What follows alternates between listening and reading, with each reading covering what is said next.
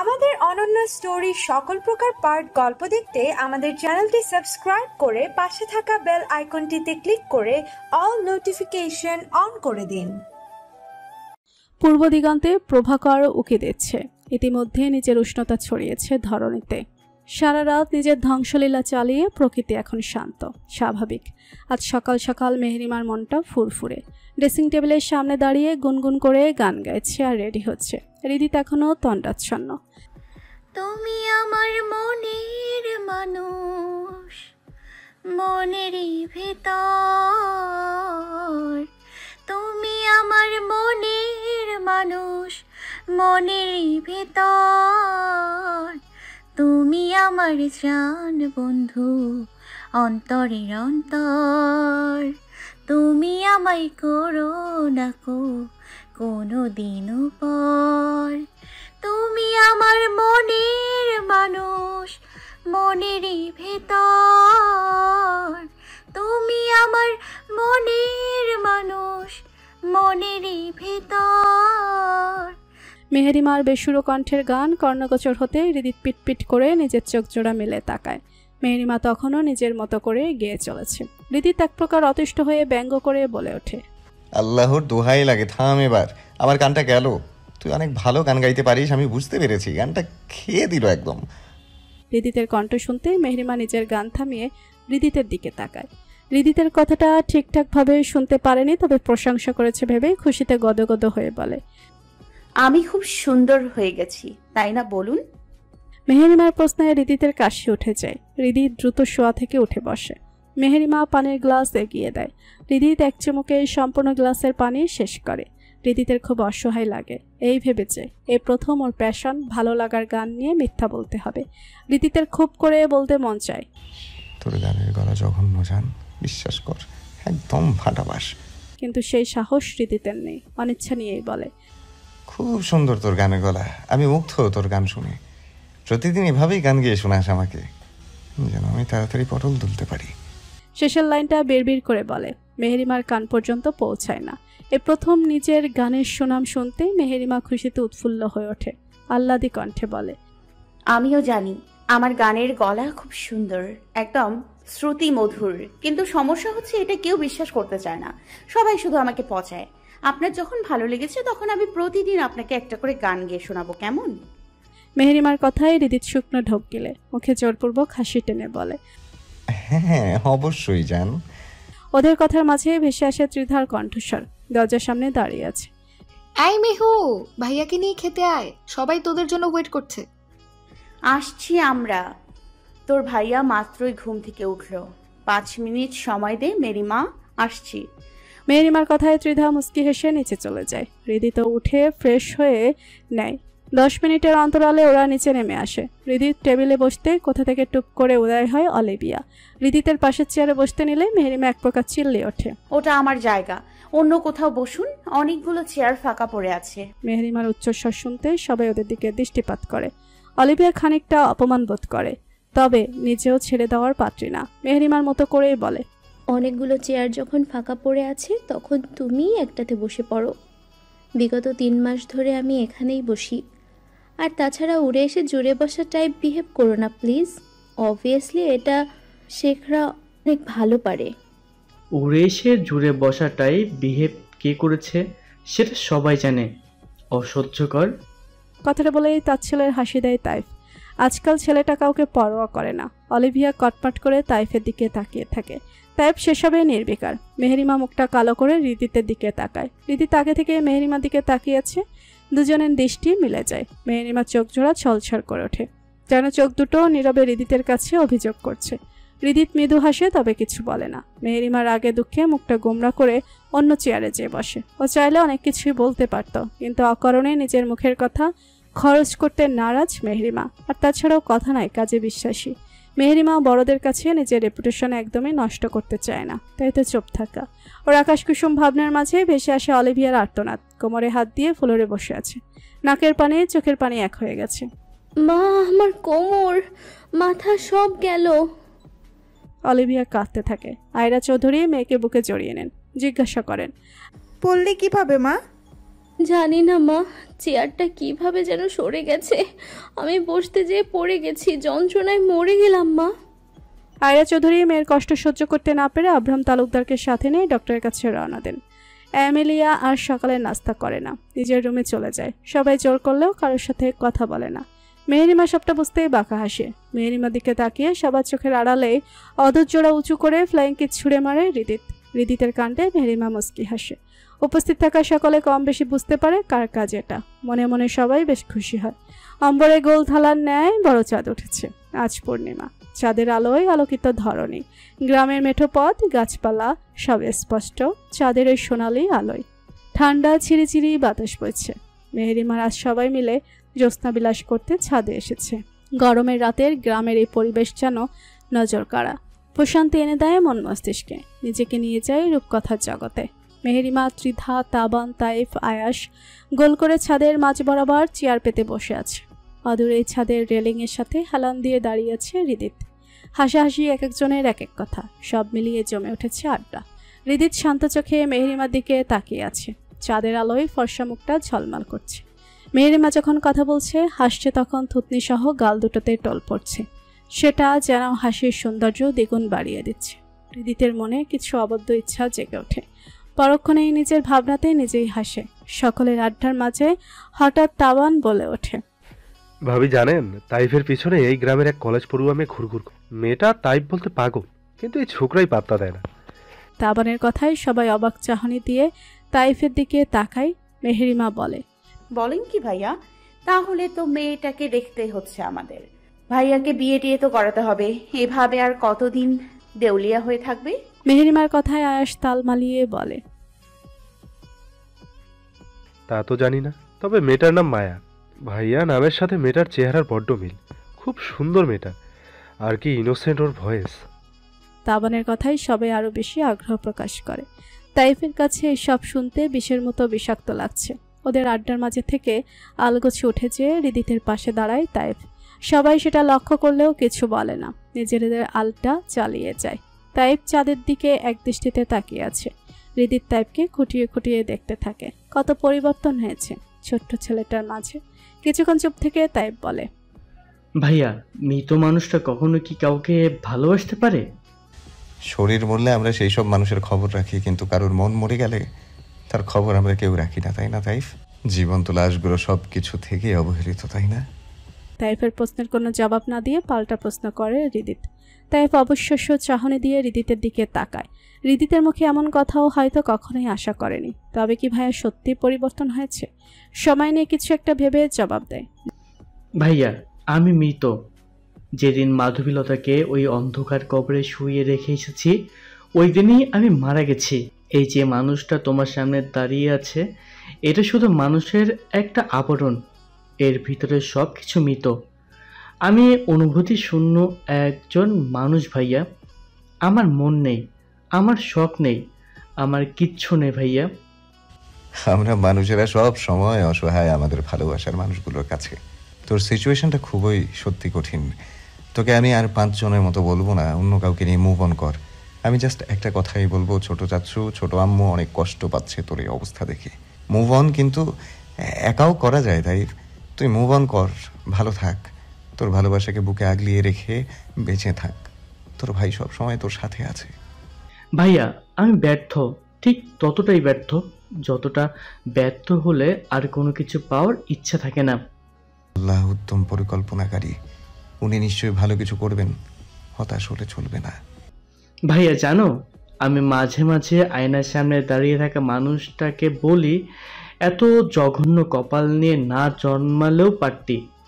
আমি যতবার নিজেকে ভালো রাখার চেষ্টা করেছি, ততবারই আমার চোখ দিয়ে পানি পড়েছে। তাহলে আমি নিজেকে কিভাবে ভালো রাখবো ভাইয়া?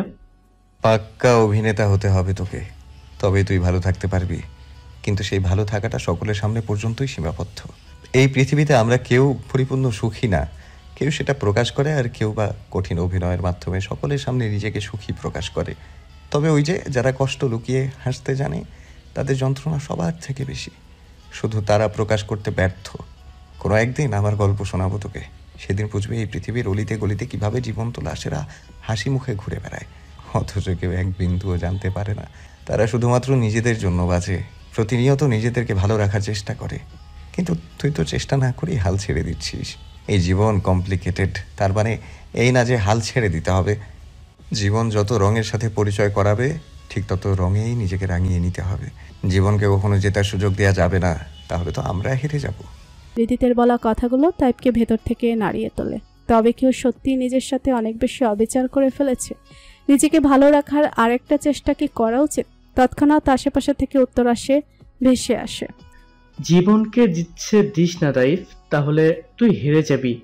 তোকে জিততে হবে, ভালো থাকতে হবে, তোর মাধবীলতাকে আঁকড়ে ধরে এ জীবন পার করতে হবে। তুমি অনেক পরিবর্তন হয়ে গেছো ভাইয়া, তোমার মনে খুব কষ্ট, তাই না ভাইয়া?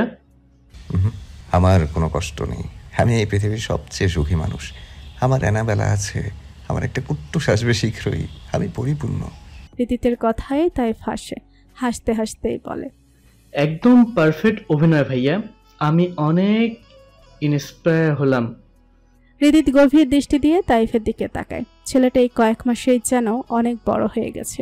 বয়স 23 থেকে 33-এ ছুঁয়েছে। রিদিত অবুঝ, বাচ্চা তাইফকে খুব মিস করে। এই জীবন কখন কিভাবে কোন দিকে ঘুরে যাবে তা বোঝা মুশকিল। অবুঝকে বুঝদার বানিয়ে দেবে, ধৈর্যহীনকে ধৈর্যশীল বানিয়ে দেবে। ক্ষণিকের এই জীবনটা নাটকের চেয়ে অনেকটাই বেশি নাটকীয়। রিদিত একটা দীর্ঘশ্বাস ফেলে বলে, আমি আগের তাইফকে চাই। এই তাইফ আমার কাছে বড্ড বাজে দেখাচ্ছে।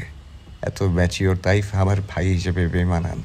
100 টাকার জন্য আমার পিছু ঘুরঘুর করা তাইফকে চাই আমি। তুই ফিরিয়ে দিতে পারবি না সেই অবুঝ তাইফকে? ভাইয়ের আদুরে কথায় তাইফ আর নিজেকে আটকে রাখতে পারে না, হুহুক করে কেঁদে ওঠে।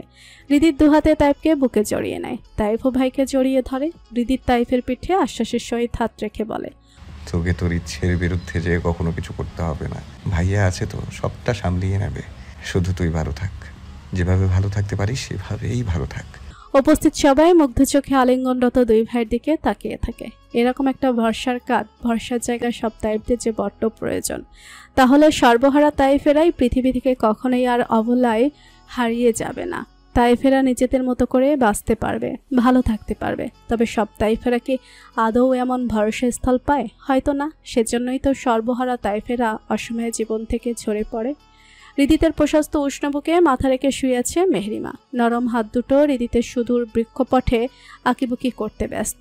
রিদিত নিজের অ্যানাবেলাকে হৃৎকুঠুরিতে সযত্নে বন্দি করে পরম আবেশে আঁখিজোড়া বন্ধ করে রেখেছে। মেহরিমা রিদিতের প্রতিটা হৃদস্পন্দন অনুভব করতে পারছে। প্রতিটা হৃদস্পন্দন যেন মেহরিমাকে উদ্দেশ্য করে স্পন্দিত হচ্ছে। মেহরিমা প্রশান্তির বক্ষস্থল থেকে মাথাটা তুলে রিদিতের সুদর্শন মুখমণ্ডলে পূর্ণ দৃষ্টি মিলে তাকায়। শুনছেন? মেহরিমার রিনরিনিয়ে আদুরে কণ্ঠস্বর। রিদিত চোখ জোড়া বন্ধ রেখে প্রত্যুত্তর করে, আপনি এতগুলো মাস কোথায় ছিলেন? ক্যালিফোর্নিয়া। ওখানে কেন ছিলেন? আরেকটা বিয়ে করে বউ সংসার নিয়েছিলাম। একটা ফুটবল টিমও আছে আমার। রিদিতের ঠোঁটে দৃষ্টি দুষ্টু হাসি। তা দেখেই মেহরিমা বলে, বাজে বকা বন্ধ করুন তো, আই এম সিরিয়াস। রিদিত থামে। নিজের চোখ জোড়া মেলে মেহরিমার সুশ্রী বদনে দৃষ্টি রাখে। ললাটে আলতো করে অধর ছুঁয়ে দেয়। অতঃপর ধীরে শান্ত কণ্ঠে বলে, আমার সমস্যার সমাধানের জন্য, যেই সমস্যা আমাদের জীবন থেকে 8টা মাস কেড়ে নিয়েছে, যেই সমস্যা তোকে আমার থেকে চিরতরে কেড়ে নিতে চেয়েছিল, সেই সমস্যা আমার জীবন থেকে চিরতরে উপড়ে ফেলতে গিয়েছিলাম। And I am successful, Annabella. রিদিতের কথার অর্থটা সহজেই বুঝে যায় মেহরিমা। আর তাতেই মন গহীনে লুকানো ব্যথাগুলো মাথা চাড়া দিয়ে ওঠে। তবে হৃদয়ের যন্ত্রণা একপাশে ঠেলে সরিয়ে মনের মাঝে খচখচে করতে থাকা প্রশ্নগুলো অকপটে করে ফেলে। আপনার সমস্যাটা একটু ভালোভাবে বুঝিয়ে বলুন না আমাকে। বাইপোলার ডিসঅর্ডার সম্পর্কে মোটামুটি জানি, তবে সেটা আমার স্ত্রীর সত্তাকে প্রশান্তি দেয় না। আমি আপনার সব সমস্যা জানতে চাই। মেহরিমার কথায় হৃদিত হাসে। মেহরিমার স্ত্রীর রূপটা উপভোগ করে, মুখের হাসি বজায় রেখেই বলতে শুরু করে, বাইপোলার ডিসঅর্ডার হচ্ছে এক ধরনের তীব্র মানসিক স্বাস্থ্য পরিস্থিতি যা একজনের মুড বা মেজাজকে প্রভাবিত করে। এটি ম্যানিক ডিপ্রেশন নামেও পরিচিত। মস্তিষ্কে বাইপোলার ডিসঅর্ডার বেশ কিছু কাঠামোগত এবং কার্যকরী পরিবর্তনের সাথে একটা সম্পর্ক রয়েছে। মস্তিষ্কের প্রভাবিত এলাকায় হিপোক্যাম্পাস, প্রিফ্রন্টাল কর্টেক্স, ধূসর পদার্থ এবং নিউরো ট্রান্সমিটার অন্তর্ভুক্ত। এটা সাধারণত হয়ে থাকে যদি কেউ দীর্ঘ সময় ধরে বিষণ্ণতা বা মন খারাপের মধ্য দিয়ে যায়। এই রোগে আক্রান্ত মানুষেরা নিজেও জানে না কখন ওরা অতিরিক্ত রেগে যায় বা উত্তেজিত হয়ে পড়ে। এটা সম্পূর্ণ নিরাময়ের পদ্ধতি এখনও পাওয়া যায়নি, তবে ট্রিটমেন্ট, থেরাপি, কিছু রুলস মেনটেন করে মেডিসিন নিলে আশানুরূপ ফল পাওয়া যায় আর কি। একটা কথা কি জানিস তো, এই রোগে আক্রান্ত ব্যক্তিরা নিজেদের ক্ষতি সবচেয়ে বেশি করে থাকে। তার উৎকৃষ্ট উদাহরণ আমি নিজেই। নিজের কথাগুলো শেষ করতেই বুকে উষ্ণ তরল পদার্থ অনুভব করে হৃদিতের আর বুঝতে বাকি নেই। ওর অ্যানাবেলা নিজের চোখের মূল্যবান পানি ছড়াচ্ছে। মেহেরিমা ফুফিয়ে ওঠে। এই সম্পূর্ণ আপনিটাকে জানতে চাই, একদম ভেতর থেকে জানতে চাই। আপনাকে আমি বুঝেও বুঝিনি, একজন স্ত্রী হিসেবে আমি ব্যর্থ। সবার বেলায় এই বুঝদার আমিটা আপনার বেলায় নির্বোধ ছিলাম। আপনি আমাকে কঠিন শাস্তি। হৃদিত মেহেরিমার অধরজোড়া নিজের অধর দিয়ে চেপে ধরে। মেহেরিমাকে নিজের কথা শেষ করতে দেয় না। মেহেরিমা চুপ হয়ে যায়। যোগ দিয়ে পানি বর্ষণ নামে। মেহেরিমা চুপ হয়ে যেতেই হৃদিত অধরজোড়া ছেড়ে দেয়। মেহেরিমাকে বুকের সাথে আরেকটু ঘনিষ্ঠ করে জড়িয়ে ধরে বলে, আগে অবুঝ ছিলি, এখন বুঝদার হয়ে গেল। দ্বিতীয়বার সুযোগ পেয়েছিস আমাকে ভালোবেসে নিজের বুকে আগলে রাখিস। তোর ভালোবাসার কাঙ্গাল আমি। এইবার হারালে আর কখনো আমাকে খুঁজে পাবি না তুই। পৃথিবী থেকে চিরতরে হারিয়ে যাবে আমার অস্তিত্ব। আর শাস্তি, ভালোবাসার মানুষকে কখনো শাস্তি দেওয়া যায় না রে বোকা। ভালোবাসায় শাস্তি শব্দটা বেমানান সানশাইন। দিন আর কিন্তু আমি তো আপনাকে কঠিন শাস্তি দিয়েছি। এই যন্ত্রণা যে আমাকে বড্ড পোড়ায়। হ্যাঁ, শাস্তি দিয়েছিস, তবে কষ্ট তো আমার সমানই পেয়েছিস। তাহলে সব শাস্তি কষ্ট সমান হয়ে কাটাকাটি। আর কাঁদে না জান, পাস্ট ভুলে যা।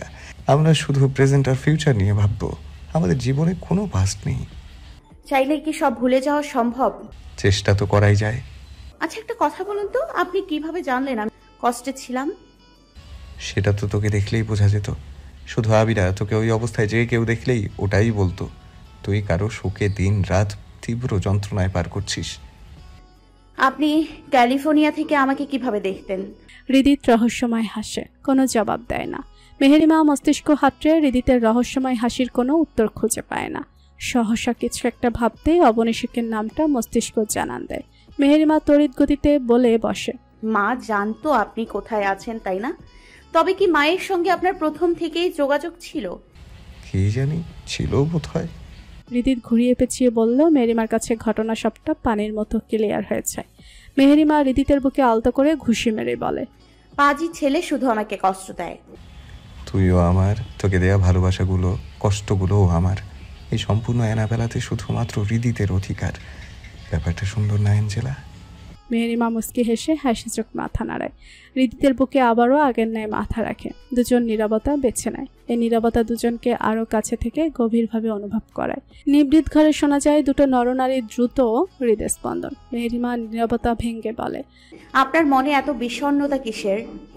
নিজের বন্ধু সুলভ মায়ের নতুন রূপ, বাবার বিশ্বাসঘাতকতা, ভাইয়াকে ধুকে ধুকে মরতে দেখা আমাকে ভেতর থেকে এলোমেলো করে দিয়েছিল। আমি দীর্ঘ একটা সময় ডিপ্রেসড ছিলাম। আপনাকে খুব সুন্দর একটা জীবন উপহার দিব আমি, যেখানে আপনি আপনার নিজের আলাদা একটা জগৎ খুঁজে পাবেন।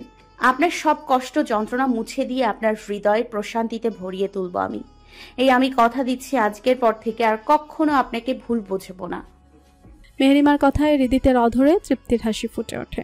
ছোট্ট স্বরে আওড়ায়, আমার কুট্টুসের আম্মু, আমার অ্যানাবেলা, আমার ভালো থাকার মহৌষধ। মেহেরিমা হৃদিতের অধরে শব্দ করে চুমু খায়।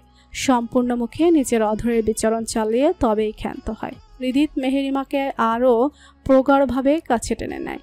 গলায় নিজের অবাধ্য অধরের আধিপত্য বিস্তার করতে উত্তাল হয়ে পড়ে। মেহেরিমার হঠাৎ করে বাগান বাড়ির সেই আগন্তুকের কথা মনে পড়ে যায়। তৎক্ষণাৎ প্রশ্ন করে বসে, বাগান বাড়ির আগন্তুক কে ছিল জানতে পেরেছেন? মেহেরিমার কথায় হৃদিত থেমে যায়। মেহেরিমা চোখের দিকে গভীর দৃষ্টি দিয়ে তাকিয়ে থাকে কিয়ৎকাল। কিছু একটা ভাবে, অতঃপর সুকৌশলে কথাটা এড়িয়ে যায়। রোমান্সের সময় নো ডিস্টার্ব, অ্যানাবেলা।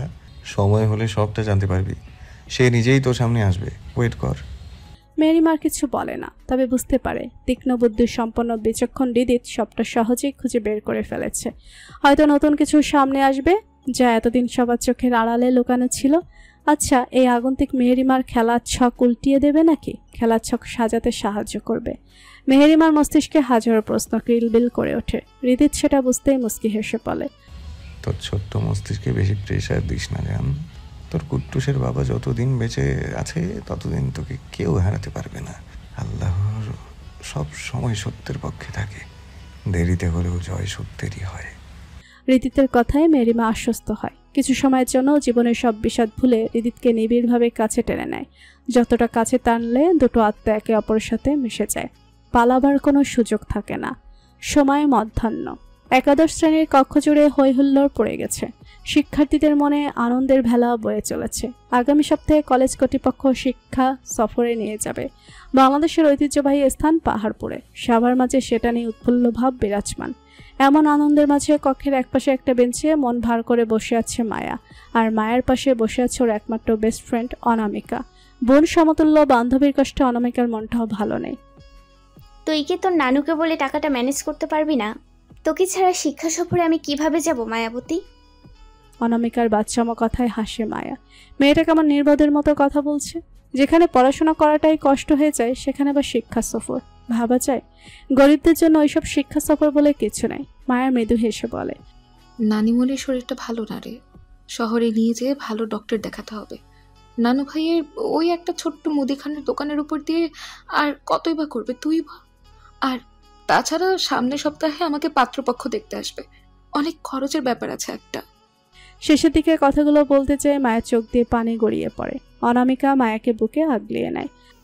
তাইব ভাই তোকে কখনো ভালোবাসবে না মায়াবতী, ভুলে যা তাইব ভাইকে। উনি উনি আমাকে কেন ভালোবাসবে না? আমি গরিব বলে? ভালোবাসাও কি ধনী গরিব দেখে হয়? ওনাকে ছাড়া আমি যে নিঃস্ব। অনু, ভালোবাসা ধনী গরিব দেখে হয় না মায়াবতী, কিন্তু তাইব ভাই যে একজনকে আগে থেকে মন দিয়ে বসে আছে। মাধবপুর মৃত্যুর পর ভাইয়ের পাগলামি তো নিজের চোখেই দেখেছিলি তুই, তাহলে এত বড় ভুল কিভাবে করলি তুই? জানি না এত বড় ভুল আমি কিভাবে করে ফেললাম। বিশ্বাস কর, ওনাকে আমি ভালোবাসতে চাইনি, কিন্তু কখন কিভাবে ভালোবেসে ফেলেছি আমি নিজেও জানি না। কথায় আছে না, নিষিদ্ধ জিনিসের প্রতি আমরা আকৃষ্ট হই বেশি। আমার ক্ষেত্রেও সেটাই হয়েছে। আচ্ছা, আমার বিয়ে হয়ে গেলে উনি কি একটু কষ্ট পাবে না? ওনার কি একবারও মনে হবে না সূর্যের তীব্র তাপদাহ সহ্য করে ওনাকে এক পলক দেখার জন্য রাস্তায় দাঁড়িয়ে থাকা মেয়েটা আজ নেই? হ্যাঁ, সে অন্য কারোর সঙ্গী হয়ে গেছে। আমার শূন্যতা কি ওনাকে একটুও পড়াবে না? আমার শূন্যতা কি ওনাকে একটুও পড়াবে না? আমার পাগলামিগুলো কি উনি একটু মিস করবে না? আমার ভাগ্যে সবসময় এমন শূন্যতা কেন মেলে? অনু, আমি কি কখনো আমার পছন্দের জিনিসগুলো পাই না? আমি কেন এত অভাগী? বান্ধবীর হৃদয় ভার করা প্রশ্নে অনামিকার মুখটা মলিন হয়ে যায়। বুকে অসহনীয় ব্যথা অনুভব হয়। উৎফুল্ল পরিবেশটা হঠাৎ করেই বিষাদময় হয়ে ওঠে। ছোটবেলা থেকেই অভাগী মেয়েটার আর ভাগ্য খুলল না। এক বুক যন্ত্রণা নিয়েই এতগুলো বছর পার করে দিল। শেষমেশ এমন একজনকে মন দিয়ে বসলো যার মন বলতেই কিছু নেই। আহা, কি সুন্দর ভাগ্য! এমন সুন্দর ভাগ্য আর কারো না হোক। মায়ের কান্না বাড়ে। অনামিকা মায়াকে বুকে জড়িয়েই সান্ত্বনা বাণী শোনাতে থাকে। তাইফ, তাবান আর ওদের সাঙ্গপাঙ্গরা মিলে কলেজের গেট বরাবর রাস্তার অপর পাশের একটা দোকানে ক্যারাম খেলছে। হঠাৎ সিফাত নামের একটা ছেলে কলেজের গেটের দিকে আঙুল তাক করে বলে ওঠে, আরে ওখানে এত ভিড় কিসের? কারোর কিছু হলো টলো নাকি? সিফাতের কথায় সবাই সেদিকে তাকায়। তাইফ, তাবান খেলা থামিয়ে সামনে এগিয়ে যায়। ওদের পিছু পিছু সবাই আসে। গেটের সামনে পৌঁছাতেই ভিড় গলিয়ে সবার চক্ষু গোচর হয় মায়ের রক্তাভ চক্ষু, ফর্সা লাল টকটকে মুখখানা। কান্না করার দরুন চেয়ে চোখ মুখের এই অবস্থা, সেটা বুঝতে আর কারোর বাকি নেই। তাই ভ্রুজোড়া কুচকে মায়ের দিকে তাকিয়ে থাকে। তাবান মায়ের দিকে এগিয়ে যায়, জিজ্ঞাসা করে, মায়া, কি হয়েছে তোমার? মায়া কিছু বলে না, চুপচাপ মাথা নত করে দাঁড়িয়ে থাকে। তখনও থেমে থেমে শরীরটা কাঁপছে। পাশে থেকে অনামিকা বলে, ভাইয়া ও স্লিপারটা ছিঁড়ে গেছে, যার দরুন ব্যালেন্স ঠিক রাখতে না পেরে মাটিতে পড়ে যায়। এখন সেটা নিয়েই সবাই মজা করছে। এরা কি আদৌ মানুষ? অনামিকার কথায় সবাই মায়ের পায়ের দিকে দৃষ্টিপাত করে। একটা রংচাটা স্লিপার পরা পায়। মায়ের লজ্জায় আড়ষ্ট হওয়া মুখটা নামিয়ে কাছামাছু হয়ে দাঁড়িয়ে থাকে। চোখ দিয়ে অনবরত পানি পড়তে থাকে। তাবান হুঙ্কার দিয়ে ওঠে, কলেজে তোমাদের বাবা মা এইসব করতে পাঠায়? একটা মেয়ে বিপদে পড়েছে, তোমরা তাকে সাহায্য করবে, তা না তোমরা আবার মেয়েটাকে মেন্টালি হ্যারাসমেন্ট করছো। আগামীকালই আমি এই বিষয়টা নিয়ে প্রিন্সিপালের সাথে কথা বলবো। এখন 2 মিনিটের মধ্যে এই জায়গাটা আমি খালি চাই। তাবানের কথায় সবাই ভয়ে সুরসুর করে ওখান থেকে কেটে পড়ে। পাছে যদি প্রিন্সিপাল প্যারেন্টসদের ইনফর্ম করে, মিনিটের ব্যবধানে জায়গাটা ফাঁকা হয়ে যায়। তাই তখনও মায়ের মুখের দিকে এক দৃষ্টিতে তাকিয়ে আছে।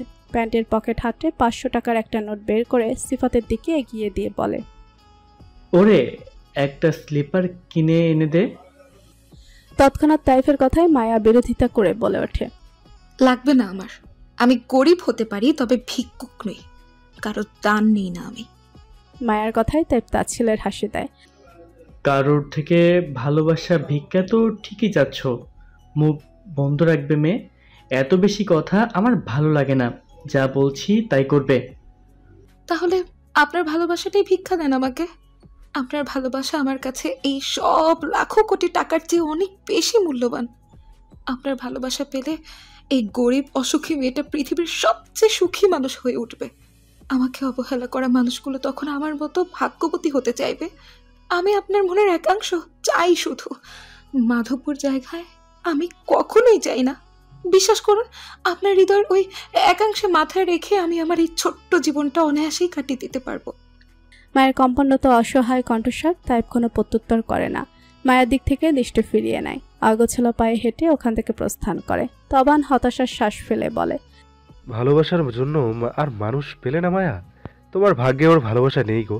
ওর সবটুকু ভালোবাসা ওই 3.5 হাত মাটির নিচে শুয়ে থাকা মেয়েটাকে দিয়ে বসে আছে। ওর ভালোবাসার ভান্ডার শূন্য গো। তুমি ওকে ভুলে যাও, নতুন ভাবে জীবন শুরু করো। মায়ার ছলছল চোখে তাইফের যাওয়ার দিকে তাকিয়ে থাকে। আজ কেন যেন মাধবীকে খুব হিংসা হয় মায়ার।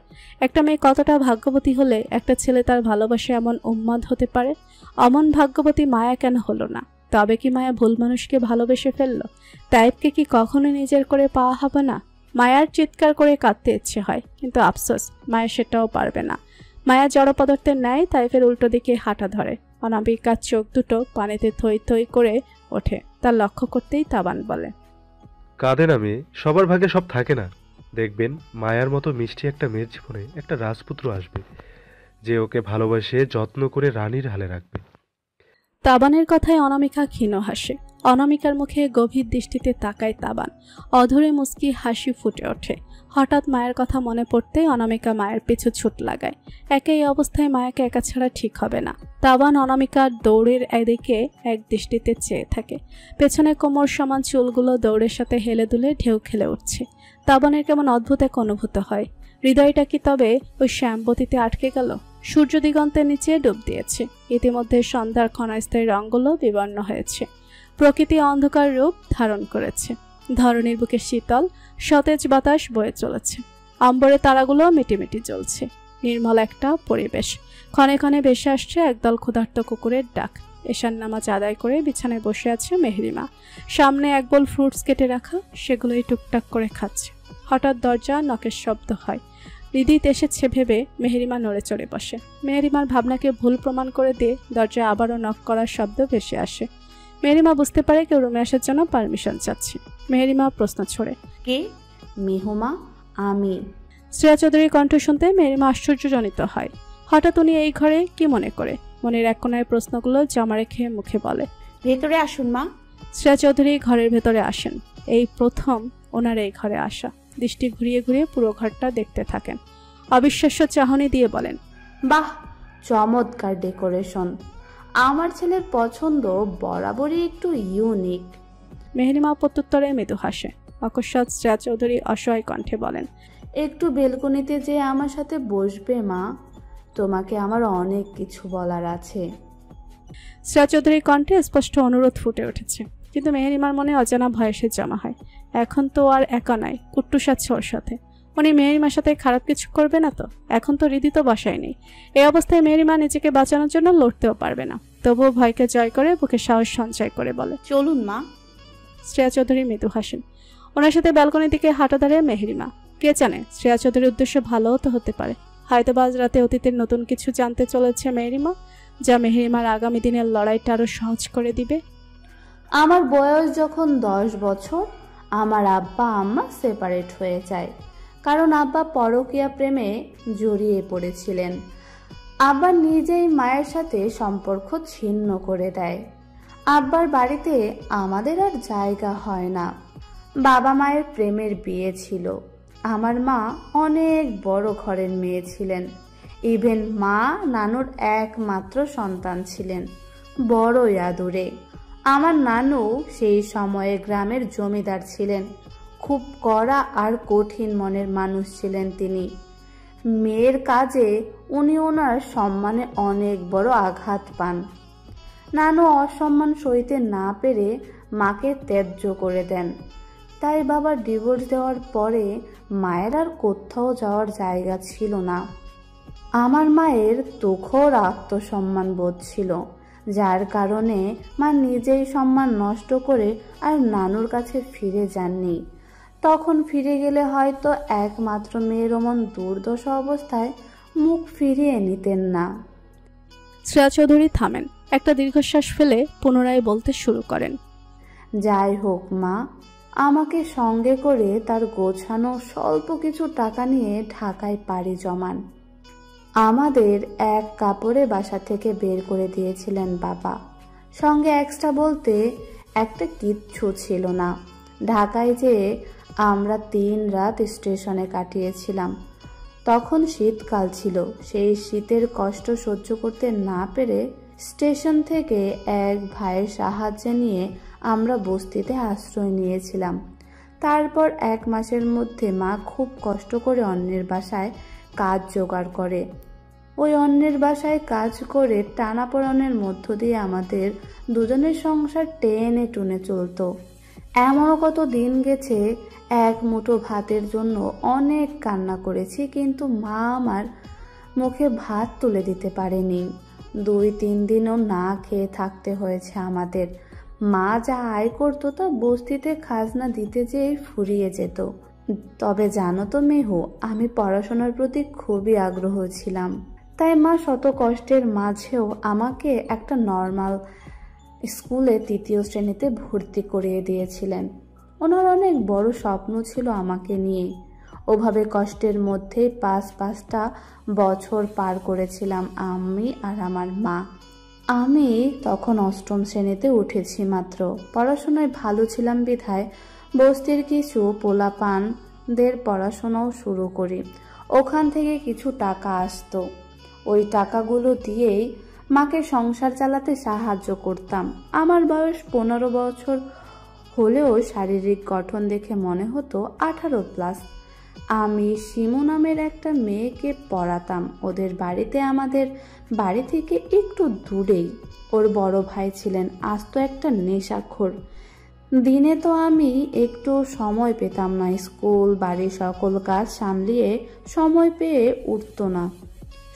হয়ে উঠতো না। তাই রাতেই পড়াতাম সবাইকে। প্রত্যেক দিন মা আমাকে নিয়ে আসতো যেত। আমাকে নিয়ে মা খুব সিরিয়াস ছিলেন। অভাবের জন্য কখনো আমাকে অবহেলা করেনি। আমার মা আমাকে সব সময় বলতেন আমি ওনার বেঁচে থাকার একমাত্র শক্তি। ওর মধ্যেই একদিন মা অসুস্থ থাকায় আমাকে আনতে যেতে পারেনি। রাতে শিমুকে পড়িয়ে আমি একাই বাসায় উদ্দেশ্যে রওনা দেই। জ্যোৎস্নার রাত ছিল বিধায় হাঁটতে খুব একটা সমস্যা হচ্ছিল না। কিন্তু শ্রেয়া চৌধুরী গলা ধরে আসে, চোখ দিয়ে পানি গড়িয়ে পড়ে। মেহেরিমা শ্রেয়া চৌধুরীর দিকে নিষ্পলক চোখে চেয়ে থাকে।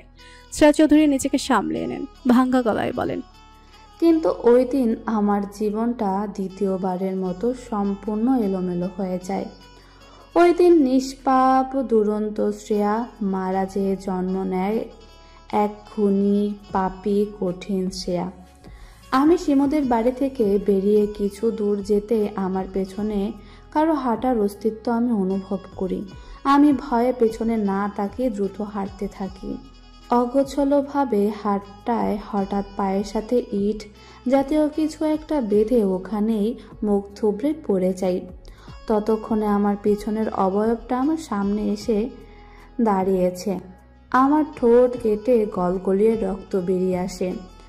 আমি রাস্তা থেকে রক্তাক্ত মুখ তুলে সামনে তাকাতেই শিমুর বড় ভাইয়ের বিশ্রী অঙ্গভঙ্গি মুখটা দেখতে পাই। আমার আর বুঝতে বাকি থাকে না সামনে কি ঘটতে চলেছে। নিজেকে বাঁচাতে ব্যথিত শরীর নিয়ে উঠে উল্টো দিকে দৌড় লাগাই, কিন্তু সামনে যেতে আরও 2 জন জানোয়ার এসে দাঁড়ায়। আমার পালানোর আর কোনো রাস্তাই থাকে না। ওরা হয়তো সবটা প্ল্যানিং করে এসেছিল। নিজেকে বাঁচাতে, নিজের সতীত্ব রক্ষা করতে সেই দিন আমার নিষ্পাপ হাতে 3টি খুন হয়েছিল। বিশ্বাস করো, ওদের কাছে হাত জোর করে নিজের সতীত্ব ভিক্ষা চেয়েছিলাম আমি। মেয়েদের কাছে ওটা সব কিছুর থেকে ঊর্ধ্বে। কুমারিত্ব হারানো মেয়েরা যে সবসময় জ্বলন্ত আগুনে পুড়তে থাকে, ওদের জীবনে বলতে কিছুই থাকে না। সমাজে ওদের আর 5টা মেয়েদের মতো স্বাভাবিকভাবে বাঁচতে দেয় না। এখনো এই সরু নির্জন গলি আমার সেই করুণ আর্তনাদের সাক্ষী, এক অসহায় শ্রেয়ার জীবনে ভিক্ষা চাওয়ার সাক্ষী। ওদের মধ্যে একজনের কাছে শার্প অনেক বড় একটা নাইফ ছিল, সেটা দিয়ে আমাকে অনেক জায়গায় আঘাতও করেছিল, আমাকে মেরে ফেলার থ্রেট পর্যন্ত দিচ্ছিল। আর আমি সুযোগ বুঝে সেই চাকু দিয়েই 3 জনের দেহ থেকে মাথাটা আলাদা করে দেই। তখন আমি নিজেকে বাঁচাতে আলাদা একটা শক্তি খুঁজে পেয়েছিলাম। কিভাবে অত বড় কাজ করে ফেলেছিলাম আমি নিজেও জানি না, তবে নরপশুদের নিজের হাতে শাস্তি দিয়েছিলাম। কথাগুলো শেষ করে শ্রেয়া চৌধুরী তৃপ্তিময় হাসেন, যেন খুনগুলো করে উনি আত্মতৃপ্তি পেয়েছিলেন। ওই ঘটনার পরে আমি এক দৌড়ে আমার জখম শরীর নিয়ে বাড়িতে চলে যাই। আমাকে অমন বিধ্বস্ত অবস্থায় দেখে মা ঘটনা কিছুটা আঁচ করতে পেরেছিল। তারপরও আমার মুখ থেকে সবটা শুনে প্রয়োজনীয় কিছু জিনিস সঙ্গে নিয়ে বস্তি থেকে পালিয়ে আসি আমরা। তখন ঢাকা শহরে লুকিয়ে লুকিয়ে থাকতাম। আমাদের থাকার জন্য নির্দিষ্ট কোনো জায়গাও ছিল না। যখন যেখানে রাত হতো সেখানেই থেকে যেতাম। আমারও ক্ষুধার কষ্ট, আবারও ক্ষুধার কষ্ট শুরু হয়। ওই দিন ধস্তাধস্তিতে আমার পায়ে নাইফ থেকে একটা আঁচড় লাগায় ওইখানে গভীর ক্ষত সৃষ্টি হয়েছিল, যেখানে পচতে শুরু করে। কিন্তু ট্রিটমেন্ট কিভাবে করাবো আমরা? পায়ের তীব্র যন্ত্রণা নিয়ে ফুটপাতে পড়ে থাকতাম আমি। মা শুধু কাঁদতো। সেই জীবনে মা ভিক্ষা পর্যন্ত করেছিল আমার জন্য। তখন বস্তিতে 3টা খুন নিয়ে আগুন ধরে গেছে। বস্তির পরিবেশ গরম। এভাবে ভয়ে লুকিয়ে থেকে কেটে যায় 1 মাস। হঠাৎ এক রাতে মায়ের শরীরটা খুব খারাপ হয়ে যায়, মুখ দিয়ে রক্ত ভূমে উঠে আসে। আমি আমার জখম পা নিয়ে ঢাকা শহরের রাস্তায় রাস্তায় ঘুরে বেড়াই একটুখানি সাহায্যর আশায়, কিন্তু আফসোস কারোর থেকে একটু সাহায্য পেয়েছিলাম না। তারা মাকে হাসপাতাল পর্যন্ত নিয়ে যেতে রাজিও ছিল না, কারণ গরিব আমি, ওনাদের টাকা দেব কোথা থেকে? আমার মা খুব কষ্ট পেয়ে ওই রাতেই মারা যায়। তখন বাধে আরেক ঝামেলা, মাকে কবর দেব কোথায়? আমি তো কিছুই চিনি না। অত বড় শহরে কোথায় আছি তাও জানি না। কাকে নিয়ে মায়ের দাফন কাজ সম্পন্ন করব? বিশ্বাস করো মিহু, মায়ের মৃত্যুতে আমি কেঁদেছিলাম না। আমি কেঁদেছিলাম এই পৃথিবীর নিষ্ঠুরতায়। আমার অসহায়ত্বই কেঁদেছিলাম আমি। মায়ের মৃত লাশ নিয়ে ফুটপাতে দীর্ঘ একটা রজনী কাটিয়ে দেই আমি। ওই রাতটা আমার জীবনে সবচেয়ে বড় দুঃখ দীর্ঘতম রাত ছিল। সকাল হলে ওইখানকার কিছু রিক্সাওয়ালা মামারা মিলে মায়ের লাশটা দাফনের ব্যবস্থা করেছিল। আমার মাকে আমি শেষ গোসল করাতে পারিনি। দাফনের কাপড়টাও অন্যের টাকা দিয়ে কিনেছিলাম। আমার মায়ের ব্যর্থ একটা মেয়ে আমি তাকে কিছুই দিতে পারিনি। আমার মা জীবনে একটুও শান্তি পায়নি। আমার মা। শ্রেয়া চৌধুরী নিজের কথা শেষ করতে পারেন না, হাউমাউ করে ডুকরে কেঁদে ওঠেন। আহা, সেই কান্নায় যেন এক সমুদ্র সমান বেদনাও লুকিয়ে আছে। কি হৃদয় বিতরক সুর সেই কান্নার। মেহেরিমার চোখের পানি আর বাদ মানে না, অযত্নে গাল বেয়ে গড়িয়ে পড়ে। নিস্তব্ধ রাতের পরিবেশ যেন আরো গম্ভীর রূপ ধারণ করে। অদূরে একদল কুকুর করুণ সুরে ডাকতে থাকে। গাছের মগডালে বসে থাকা পেঁচাটাও ভয়ঙ্কর ধ্বনি তুলে ডেকে ওঠে। ওই অবলা পশুগুলোও যেন শ্রেয়া চৌধুরীর যন্ত্রণায় ব্যথিত। তাহলে মেহেরিমা জলজন্ত একটা মানুষে কেন ব্যথিত হবে না? আহা জীবন, এই ক্ষণস্থায়ী জীবনে আমাদের মতো কত কিছুই না সহ্য করতে হয়। আমরা কত কঠিন সত্য মোকাবেলা করতে থাকে, কত শত বিষাক্ত অভিজ্ঞতা থাকে আমাদের। এই জীবন সকলের জন্য সমান নয়। কাউকে দেয় রাজার ন্যায় শান্তিপূর্ণ জীবন, আবার কাউকে দেয় তীব্র হাহাকার মেশানো জীবন। এই এক জীবনে আমাদের যাতনার কোনো শেষ নেই। অকস্মাৎ শ্রেয়া চৌধুরী নিজের কান্না থামিয়ে দেন, হাত দিয়ে দ্রুত চোখ মুখ মুছে ফেলেন। অধরে মৃদু হাসি ঝুলিয়ে বলতে শুরু করেন, আমি আর কাঁদবো না। এই জীবনে আমাকে খুব কাঁদিয়েছে, এখন আমি শুধু হাসবো। সুখেও হাসবো, কষ্টেও হাসবো। আমাকে কাঁদানো এত সহজ নাকি? তারপর কি হয়েছিল মেহু শোনো। আমি একটা দোকান থেকে বেশ কিছু টাকা চুরি করি। সেই টাকাগুলো সঙ্গে করে আমি আমার নিঃশেষ হওয়া জীবনটাকে টেনে হিস্টে নিয়ে আবার আব্বার কাছে ফিরে যাই। এক প্রকার পালিয়ে আসি আমি। আব্বা ততদিনে নিজের ভুল বুঝতে পেরেছিলেন।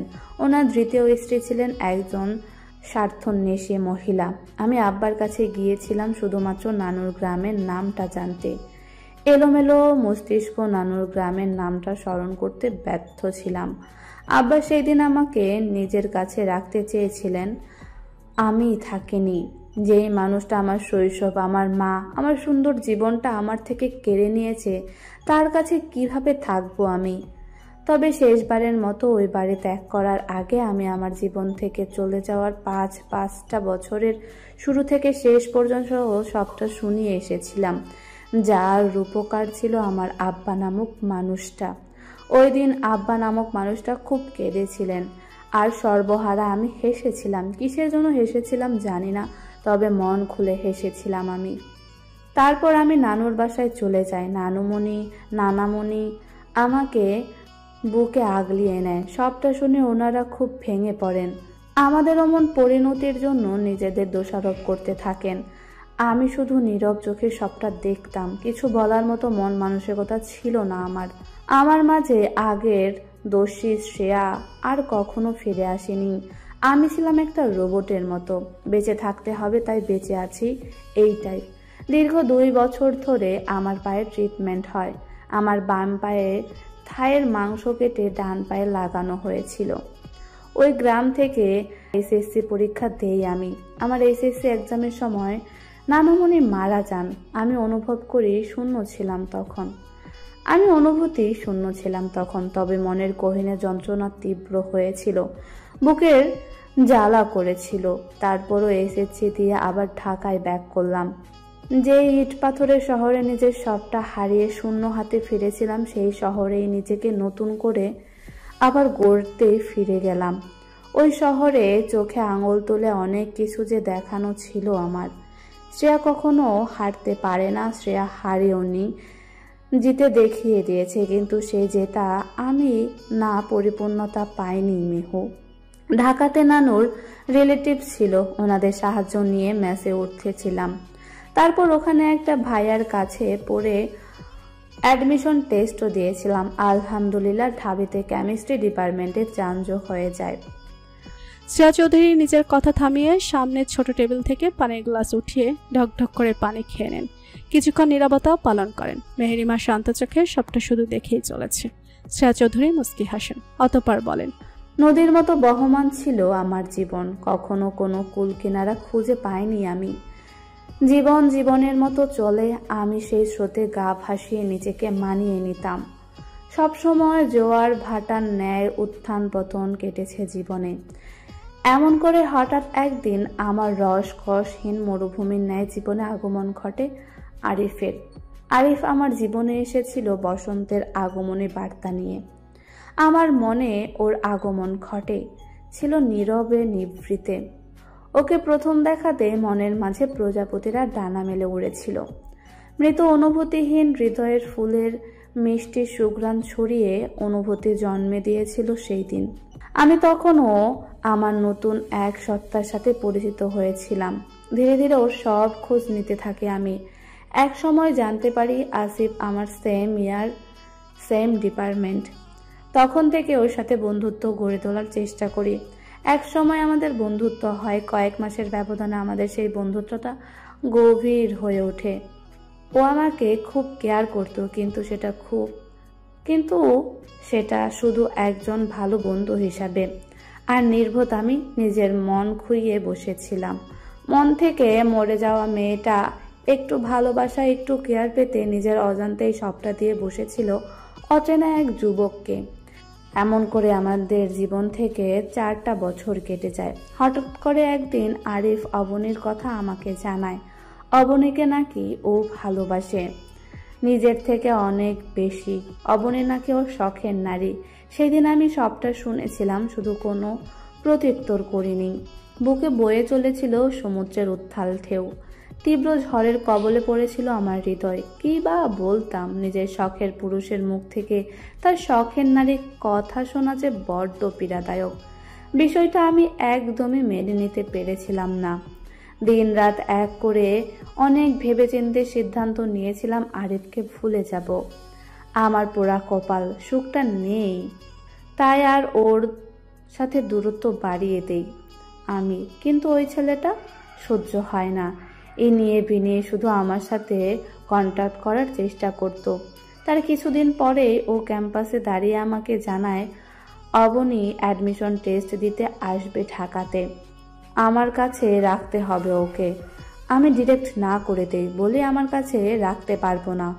ও আমাকে শত শত কাহিনী করে মানায়, কত শত কাহিনী করে মানায়, ঘুরতে পর্যন্ত নিয়ে যায়। শেষমেশে আমি নিজের সুবিধার্থে আমি রাজি হই। অবনী এসে আমার কাছ থেকে পরীক্ষা নিয়ে যায়।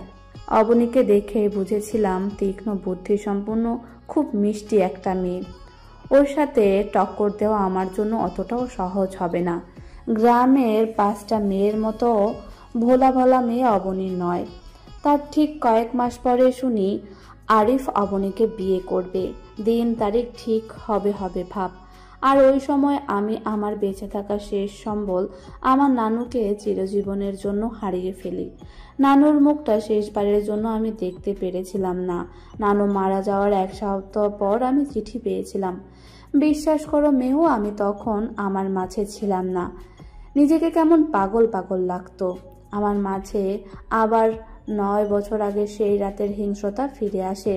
সর্বহারা আমি আমার শেষ ভালোবাসা হারাতে এক বিন্দুও রাজি ছিলাম না। মনের মাঝে নতুন এক শ্রেয়ার আবির্ভাব ঘটে। মস্তিষ্কে শুধু একটা কথায় ঘুরপাক খেতে থাকে, আরিফকে আমার লাগবেই অ্যাট এনি কস্ট। মেতে উঠে ধ্বংসাত্মক খেলায়।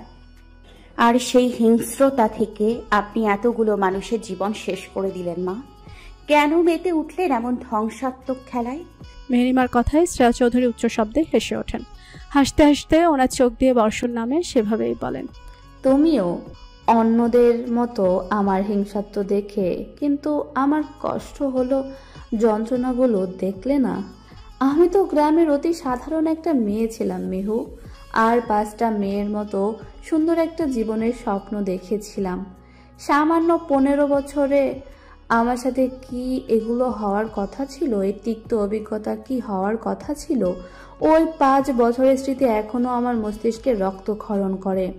এই পৃথিবীর স্বার্থপরায়ণ মানুষরা আমাকে ভালো থাকতে দেয়নি। এই পৃথিবীর নির্মমতা আমাকে হিংস্র বানিয়েছে, আমার নিষ্পাপ মনটাকে মেরে ফেলেছে। মেহরিমা মলিন দৃষ্টিতে শ্রেয়া চৌধুরীর দিকে তাকিয়ে থাকে। মুখ দিয়ে কোনো শব্দ উচ্চারণ হয় না। সামনে বসা মধ্যবয়স্ক মা সমতুল্য নারী কেবলমাত্র পরিস্থিতির কবলে পড়েই ধ্বংসাত্মক খেলায় নেমেছে। উনিও তো মেহরিমার মতো সব হারিয়ে শূন্য। তবে এই খেলায় জিত হবে কার? ভাগ্য কার সহায় হবে? মেহরিমা শ্রেয়া চৌধুরীকে নিয়ে ভাবনার অতলে হারিয়ে যায়। তৎক্ষণাৎ মেহরিমার মনের এক কোণে থেকে একটা কথা ভেসে আসে, ভিলেন আরেন্ট বর্ণ, দেয়ার মেড। আমি যখন সব হারিয়ে সর্বশান্ত, তখন আমার পাশে এসে দাঁড়ায় মামুন তালুকদার। মামুনও আমাদের ডিপার্টমেন্ট ইভেন্ট সেম ইয়ারেই ছিল। তখন মামুনের সাথে আমার সখ্যতা গড়ে ওঠে। আসিফ কেন জানি মামুনের সাথে আমাকে সহ্য করতে পারতো না। মূলত মামুনের সাথে মিশতে নিষেধ করতো, বলতো মামুন ছেলেটা ভালো না। কিন্তু ওই প্রথম আমি আরিফের কথা অমান্য করি। খারাপ সময়ে সঙ্গী হয় মামুন। আমার অতীতের সবটা জেনে বড় ভাইয়ের মতো আমার দিকে সাহায্যের হাত বাড়িয়ে দেয়। বাকিটা পথ ওর পরিকল্পনা মতোই আমি পাড়ি দিয়েছি। শ্রেয়া চৌধুরী বুক ছিঁড়ে দীর্ঘশ্বাস বেরিয়ে আসে। সেই দীর্ঘশ্বাসে মিশে আছে এক বুক আর্তনাদ। মামুন যখন জানতে পারে আমি আরিফকে ভালোবাসি আর আরিফ অন্য মেয়েকে ভালোবাসে, তখন মামুন বিভিন্ন উপায়ে আরিফের সাথে ঘনিষ্ঠ হয়ে বন্ধুত্ব করে তোলে। আরিফের সাথে গ্রামে যেয়ে পুঙ্খানুপুঙ্খভাবে সব খোঁজ খবর নিয়ে ঢাকায় ব্যাক করে। মামুন আমাকে সবটা জানায়, সাথে এও বলে যে অবনীর দুর্বলতা অতসী শেখ। আমাদের টার্গেট তখন অবনীকে ছেড়ে অতসী শেখ হয়। আরিফের ভাই অতসীর হাজব্যান্ড অয়নমান চৌধুরীকে খোঁজ নেই আমরা দুইজন। আয়মান ওর প্রথম স্ত্রীকে নিয়ে আনন্দপুর গ্রামে জেলা শহরে থাকতো।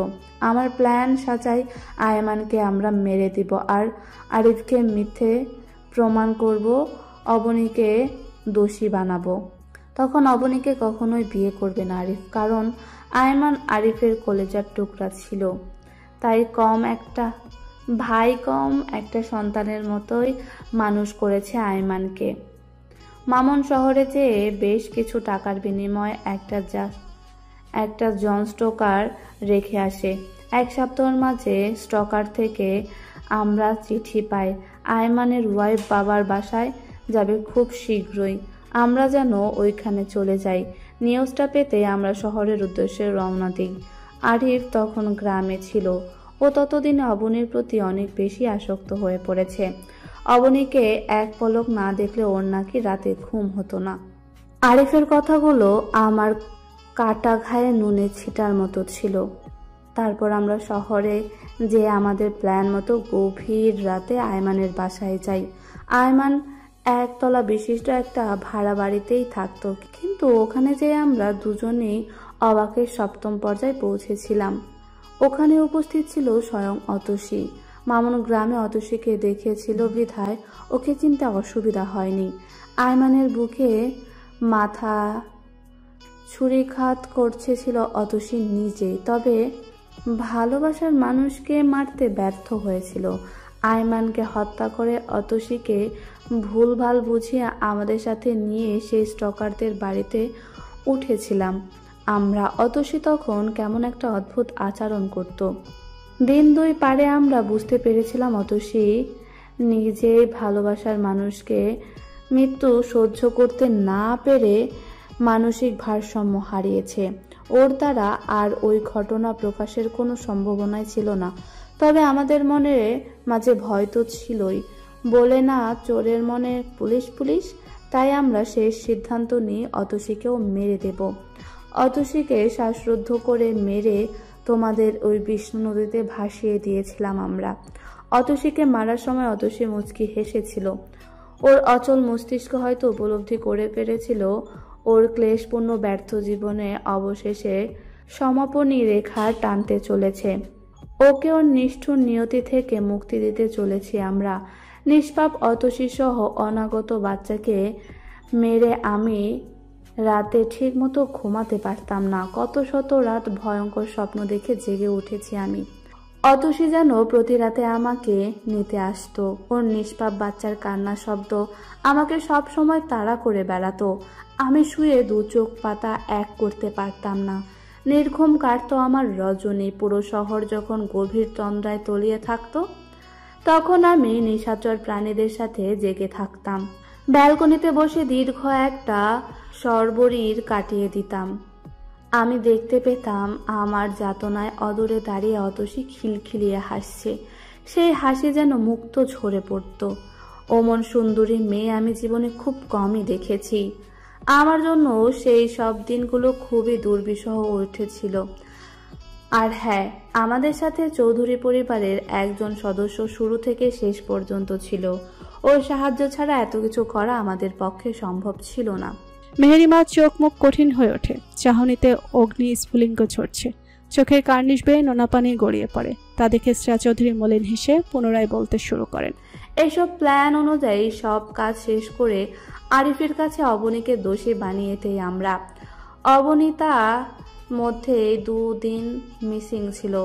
অতসীকে খুঁজে বেরিয়েছিল আর আমরা সেটা আমাদের কাজে লাগিয়েতেই। এমনিতেই ও অতসীর সাথে করা অন্যায়ের জন্য আয়মানের ওপর একটা ক্ষোভ জমেছিল অবনীর মনের গহীনে। সেটা গ্রামের সবাই কম বেশি জানতো। আরিফ নিজের আদরের ভাইকে হারিয়ে তখন আত্মভোলা। ওর ওই এলোমেলো মস্তিষ্কে অবনীকে নিয়ে বিষ ছড়িয়ে দিয়েছিলাম। বলেছিলাম আয়মানকে অবনী হত্যা করেছে, আর সেটা সহ্য করতে না পেরে অতসী নদীতে ডুব দিয়ে মারা গেছে। আমাদের প্ল্যান সাকসেসফুল হয়েছিল। সবটা জেনে আরিফ অন্তর আত্মা প্রতিশোধের আগুনে জ্বলে ওঠে। মস্তিষ্ক অবনীর সাথে নীরব যুদ্ধ ঘোষণা করে বসে। আরিফ অবনীকে বিয়ের প্রস্তাব দিয়ে বিয়ের আসরে পবিত্র মনের মেয়েটাকে ফেলে রেখে ঢাকাতে চলে যায়। এদিকে নির্দোষ মেয়েটা জানতেও পারে না ওর সাথে এমন অবিচার এর কারণ কি। নিজের কোনো ভুল না থাকা সত্ত্বেও আত্মসম্মান খুঁয়ে বসে পাপহীন মেয়েটা। সে যাই হোক, সবটা আমাদের প্ল্যান মোতাবেক হলেও আরিফের মনে নিজের জন্য জায়গা করে নেওয়া অতটাও সহজ ছিল না। আরিফ ঢাকায় ব্যাক করে আমাদের সাথে বন্ধুত্ব বাড়িয়ে দেয়, নিঃসঙ্গ জীবনটা কাটাতে শুরু করে। মেন কথাও জেদ করে অবনীর সাথে অমনটা করেছিল। মন মস্তিষ্ক তখন সমুদ্রের উত্তাল ঝড় বয়ে চলেছিল। যখন জানতে পারে অবনীর বিয়ে হয়ে গেছে, তখন ওর পাগলামি আকাশ ছোঁয়া। আয়মান সহ একমাত্র ভালোবাসা অবনীকে হারিয়ে বদ্ধ উন্মাদ হয়ে গেছিল। ওর জন্য দিন রাত সব এক ছিল। বদ্ধ অন্ধকারাচ্ছন্ন রুমে নিজেকে আটকে নিয়েছিল। ওইভাবেই 6 মাস কেটে যায়, কিন্তু আরিফের মাঝে কোনো পরিবর্তন আসে না। আমি নিজের প্রতি আরিফের এই ইগনোর সহ্য করতে না পেরে আবারও মেতে উঠি ঘৃণ্য খেলায়। যার জন্য এত কিছু করলাম, নিষ্পাপ আমিটা এতগুলো পাপের বোঝা মাথায় নিলাম, তাকে কি করে জীবন থেকে চিরতরে হারিয়ে যেতে দেই। ওর মধ্যেই একদিন আমি মামুনের কথা বলা অনুযায়ী আরিফের বাসায় যাই। আরিফের খাবারের সাথে ঘুমের ঔষধ মিশিয়ে দেই, নিজের কুমারিত্ব হারানোর ড্রামা করি। সেই ঘটনার পর আরিফের মনের বিরুদ্ধে যে আমাকে বিয়ে করতে বাধ্য হয়। বিয়ের পরও আমাকে 1 বছর কোনো স্পর্শ করেছিল না। আমাদের বেডরুম আলাদা ছিল, তবুও আমি কখনো ধৈর্যহারা হইনি। এত কষ্ট করে পাওয়ার আমার শখের পুরুষকে এত সহজে কি করে হারাতে দেই বলো তো? আর তোমরা কি না আরিফকে আমার থেকে কেড়ে নিতে চাইছো? আপনাদের প্রত্যেকের পরিণতি খুব করুণ হবে। মেহেরিমার শান্ত তেজি কণ্ঠস্বর, অথচ তা যেন শ্রেয়া চৌধুরীর উপর কোনো প্রভাবই ফেলে না। উনি উল্টো মুচকি হাসি হেসে বলেন, সেটা দেখার জন্য তাহলে তো শেষ পর্যন্ত ওয়েট করতে হবে। ঠিক বলেছি না? অতীত আবারও পুনরাবৃত্তি হবে, শুধু এবারে আমার মা অবনী শেখের জায়গায় আপনি থাকবেন। আমার সাথে পারবে না মেয়ে। আমি আমার ধ্বংস সচক্ষে দেখেও হাসি, আর তুমি আমাকে সর্ব হওয়ার ভয় দেখাও। আপনার মনে অলরেডি মেহরিমা নামক ভয় ঘর বেঁধেছে। ভয় নামক কোনো শব্দই আমার হৃদয় স্পর্শ করতে পারে না। আবেগের বশে সবটা বলে খুব ভুল করলেন মা। ভুল নয়, তোমাকে রহস্যর দিকে আরো 1 ধাপ এগিয়ে দিলাম। প্রতিদ্বন্দ্বী সমান সমান না হলে লড়ে মজা আছে নাকি? তবে তোমার এই তেজস্বী রূপ আমি অনেক এনজয় করছি। এবার দাবার চাল না হয় সামনাসামনি দেওয়া হবে। শ্রেয়া চৌধুরীর কথায় মেহেরিমা উচ্চস্বরে হেসে ওঠে, যেন কোনো কৌতুক শুনেছে। ঠোঁট দিয়ে চুকচুক করে শব্দ করে কষ্ট পাওয়ার ভান করে বলে, ইস মা, আপনার হার দেখতে খুব খারাপ লাগবে আমার।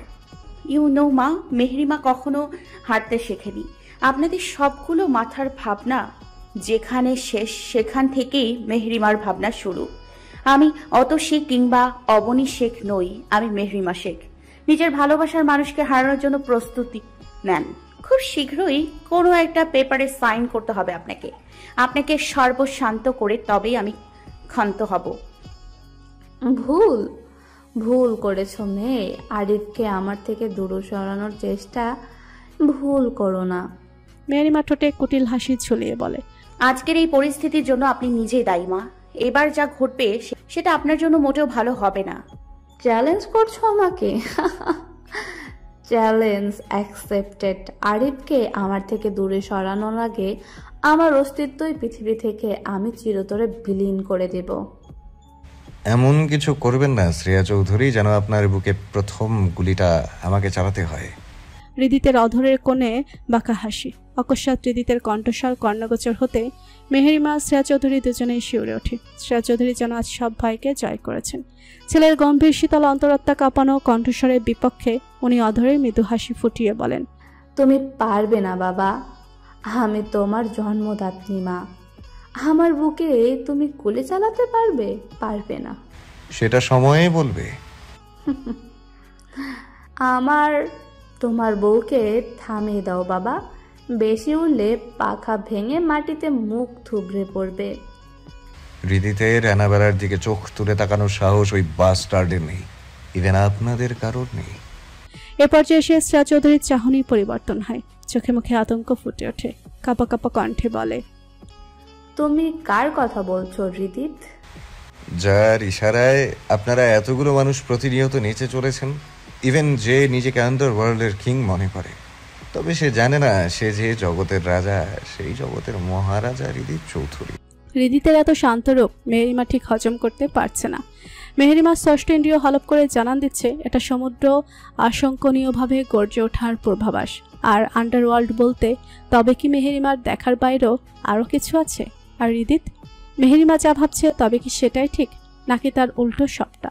হৃদিতকে মেহেরিমার কাছে একটা সুবিশাল গভীর সমুদ্রের মতো মনে হয়, যেখানে লুকিয়ে আছে শত শত রহস্য, যে রহস্যের কোলকিনারা কখনো কেউ খুঁজে বের করতে পারবে না।